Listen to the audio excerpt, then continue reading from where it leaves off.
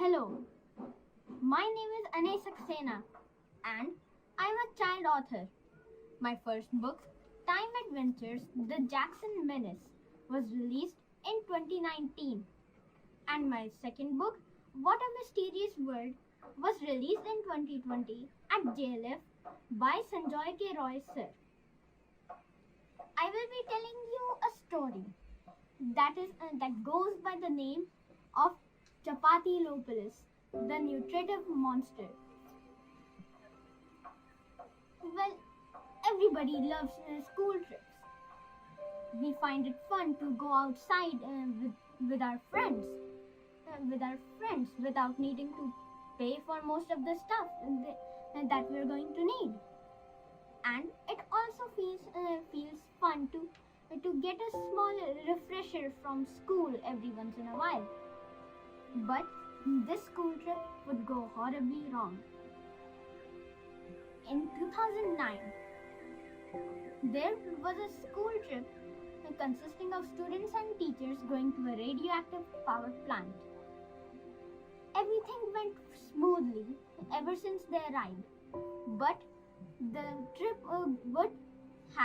would go on a horrible turn once they settled for lunch. The rumor goes that a boy who was foolishly spinning around his chapati with his finger threw it into radioactive waste, and lo and behold, a chapati monster came to life and devoured them all. At least that's what his father, Matt Winston, says. You see, Matt Winston was somewhat known for rumors. You see, this is Chapati Lopolus. At least that's what he portrayed it to be.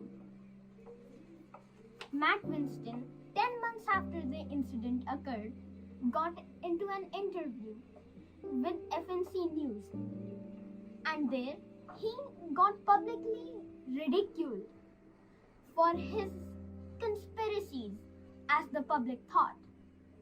But deep down, Matt Winston knew that he was right. He always was right. Matt Winston's Chapati Lopolus novel became a bestseller, but it wasn't really well received in the sense you would think it would be.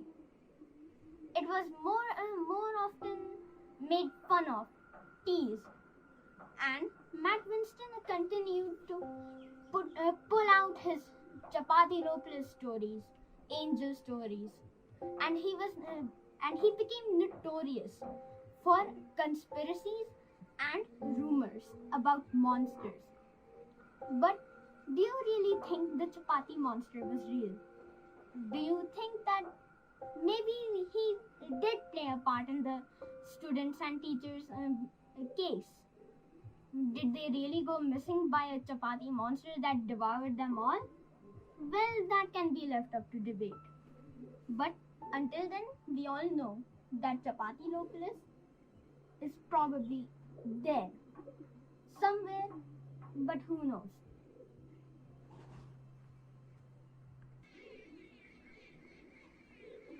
But 10 years after, Matt Winston's story became even more viral. The public was proven wrong on that one fateful day in Washington, D.C., when a giant monster resembling a chapati destroyed the entire city. Survivors almost thought that it was the end of the world. But this was only the beginning. Chapati Lopolus then went on to terrorize the entire Western Hemisphere. And then it got reported that he was even about to sail into the East. This put many more billions of lives in danger. And this was when a peacekeeping force was once again united against that one common foe. However, Chapati Lopolus was almost like a giant compared to those ants we call humans. the peacekeeping force also got wiped out. But there is still hope, because however dim, the light will always continue to shine. The Chapati Lopolus will be stopped. Go. So, after the Chapati Lopolus destroyed the peacekeeping force, many people returned and united in order to fight this one enemy and to restore peace in the world. There was one such soul who came back from a time traveling mission, and I think if you have kind of read my stories, like the ones before the second book came out, then you must know who this character is.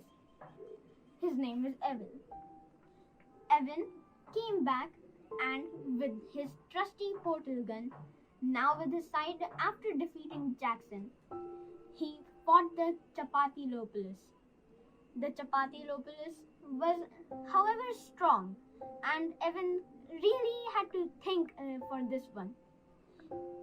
The Chapati Lopolus could not challenge his expertise in science and how to defeat a villain, because obviously he had already defeated one before. So how difficult could it be for another one? That's what they thought for Thanos. Anyway, so Evan was able to trap it in a dimension not known to man but only to himself. Evan basically trapped him in another world, but the Chapati Lopolus is sometimes underestimated because of how it looks. Like, I mean, come on, a chapati monster sounds as ridiculous as I'm portraying it to be right now. Like, imagine your daily food turning into a monster that wants to eat you. So anyway, the Chapati Lopolus kind of returned to the earth in a different form, at least. So he took on the forms of other animals, food, everything. A washing machine that could turn into a monster, or a salmon that could flood an entire city. It was horrendous.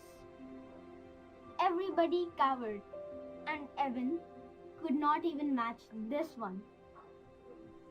But there is always hope, and the Chapati Lopolus would soon fall into irrelevancy after all of his powers were drowned out because of how much he used them. He got tired, and then he was defeated by Evan and the other people of Earth.